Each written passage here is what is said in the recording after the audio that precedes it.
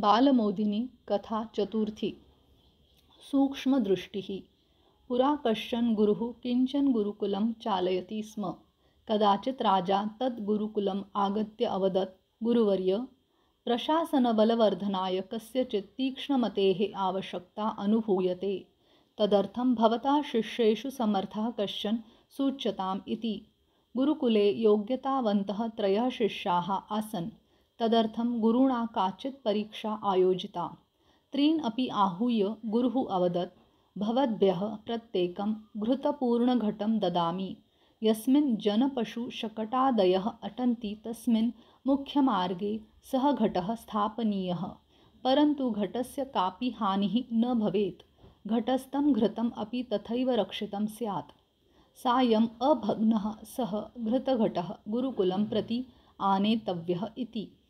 गुरोः आज्ञानुसारं 3 अपि शिष्याः घृतघटैः सह आश्रमात् निर्गताः।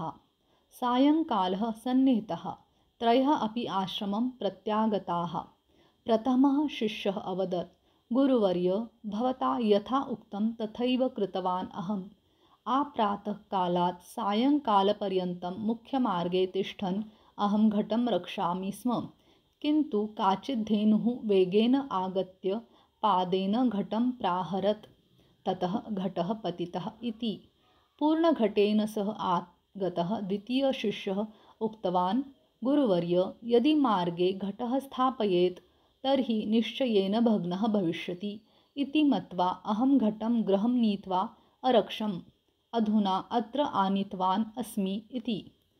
त्वं मम आदेशं दोषपूर्णं भावितवान्। गुरुः द्वितीयं शिष्यम् अवदत्।